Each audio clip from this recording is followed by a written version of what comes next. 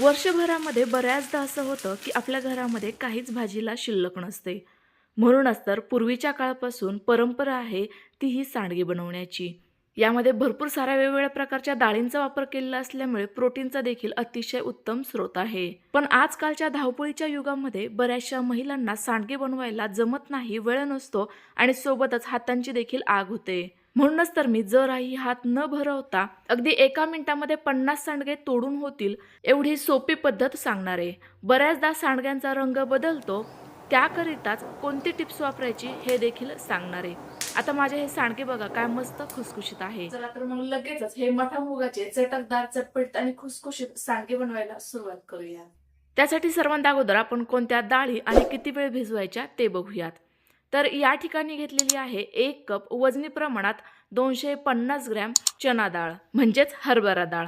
ही आपल्याला पहिल्या स्वच्छ धुवून नंतरच भिजत घालायची आहे. आपण या डाळी व्यतिरिक्त आणखी 2 डाळी भिजत घालणार आहोत, पण त्या थोड्याशा उशिरा, कारण हरभरा डाळ भिजण्याकरिता थोडासा वेळ जास्त लागतो. त्यामुळे ही डाळ आपण कमीत कमी 7 ते 8 तास भिजवून घेणं अपेक्षित आहे. डाळ व्यवस्थित स्वच्छ धुवून झाली की मग यातील पाणी काढून टाकायचं आणि पुन्हा एकदा नवीन संपूर्ण डाळ बुडेल इतकं पाणी घालायचं आणि ही भिजण्याकरिता झाकून जरा वेळाकरिता साईडला ठेवून द्यायची.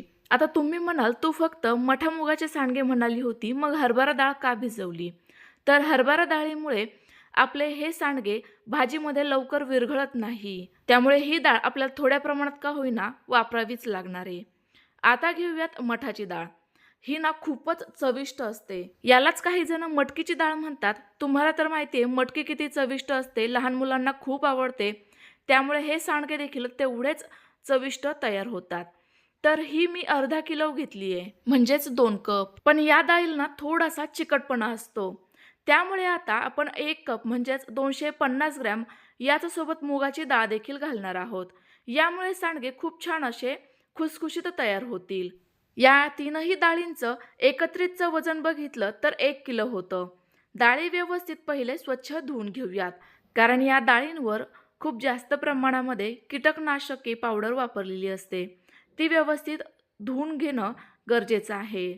तुम्हाला या पाण्याचा रंग दिसत असेल किती सारा गढूळ आलेला आहे. आता हे पाणी आपण बदलवून घेऊयात आणि गरज वाटली तर पुन्हा एखाद्या पाण्याने स्वच्छ ही डाळ धुवून घेऊयात. मी मागील वर्षी तुमच्यासोबत मिक्स डाळींच्या सांडग्यांची रेसिपी देखील शेअर केली आहे. तुम्हाला जर मिक्स डाळींचे सांडगे बनवायचे असेल तर ती रेसिपी बघू शकता. त्याची लिंक मी डिस्क्रिप्शन बॉक्समध्ये देते किंवा मग चॅनलला देखील तुम्ही व्हिजिट करू शकता, ज्यामुळे तुम्हाला इतरही रेसिपीज बघायला मिळतील. आता यामध्ये भरपूर सारं पाणी घालूयात. साधारणतः संपूर्ण डाळी बुडून 1 ते 1.5 पेर वरती पाणी येईल इतकं. हरभरा डाळींच्या तुलनेमध्ये या डाळी भिजायला वेळ फार कमी लागतो. त्यामुळे आपण या डाळी फक्त 5 ते 6 तासांकरिता भिजवून घेऊ. बरेच जण डाळी रात्रीच भिजत घालता.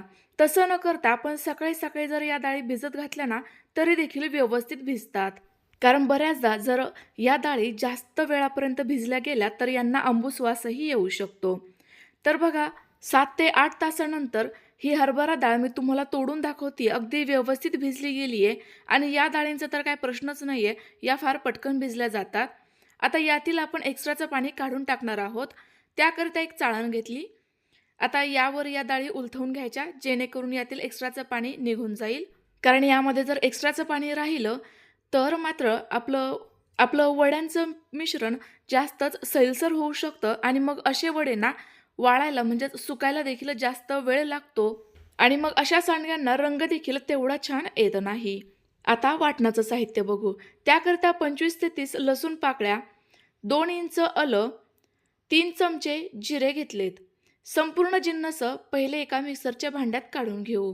यासोबत मी कोथिंबीर देखील बारीक चिरून घेतलेली आहे. यामध्ये अजिबात देठांचा वापर करायचा नाही. आता या वाटणाच्या साहित्यांसोबतच थोडीशी डाळ देखील घालूयात. तर बघा आपल्याला या डाळींमधलं फक्त एक्स्ट्राचं पाणी निथळून घ्यायचंय. जास्तच या डाळी कोरड्याही नकोयत. आता मिक्सरच्या भांड्यात मावेल इतकी डाळ घालायची. मी साधारणतः 2 मूठ घेतली, कारण मिक्सरचं भांडं मी मोठं घेतलेलं आहे. आता हे आपण मिक्सरला फिरवून घेऊयात. डाळी जेव्हा व्यवस्थित भिजलेल्या असतात त्यावेळेला या मिक्सरला पटकन बारीक दळल्या जातात.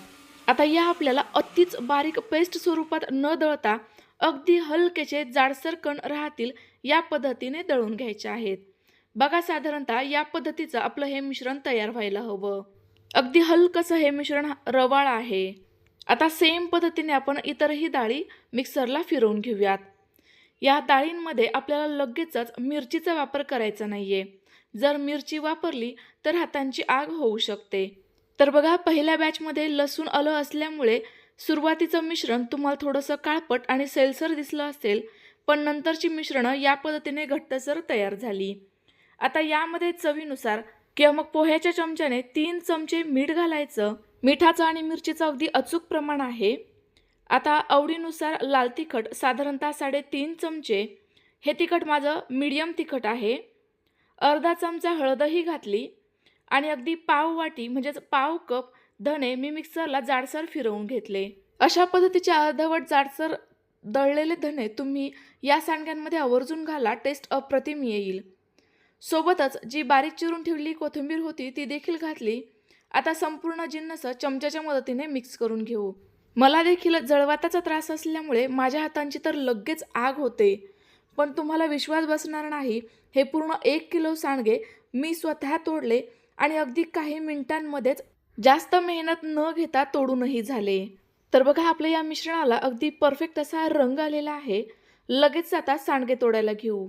तर हे सांडगे तोडण्याकरिता मी प्रत्येकाच्या घरामध्ये उपलब्ध असणारी अशा पद्धतीची एक प्लास्टिकची पिशवी वापरणारे, जी आपल्याला किराणा माल आणल्यानंतर सहजतेने मिळते, किंवा दुधाची तेलाची पिशवी असते ती देखील तुम्ही वापरू शकता.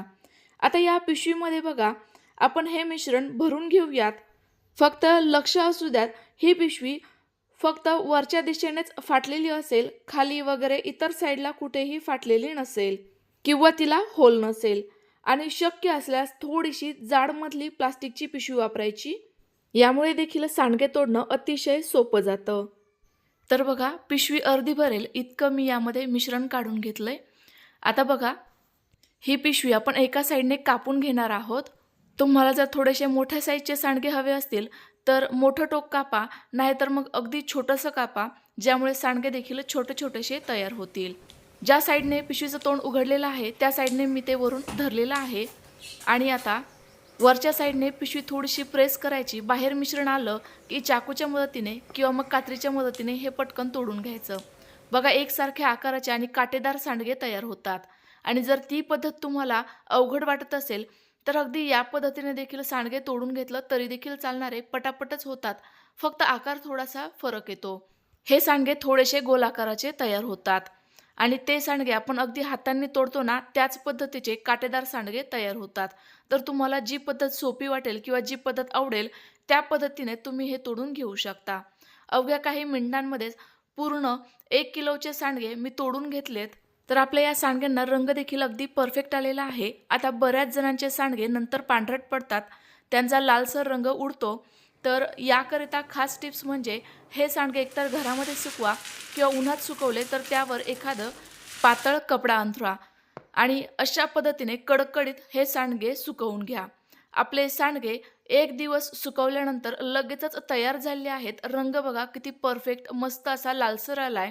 आता यातील एक सांडगा तोडून दाखवते. मस्त असा खुशखुशीत तयार झालाय. तर तुम्हाला आजची रेसिपी कशी वाटली कमेंट्स करून नक्की कळवा. रेसिपी आवडली असल्यास लाईक करा, जास्तीत जास्त शेअर करा. पुन्हा भेटूयात. Bye bye.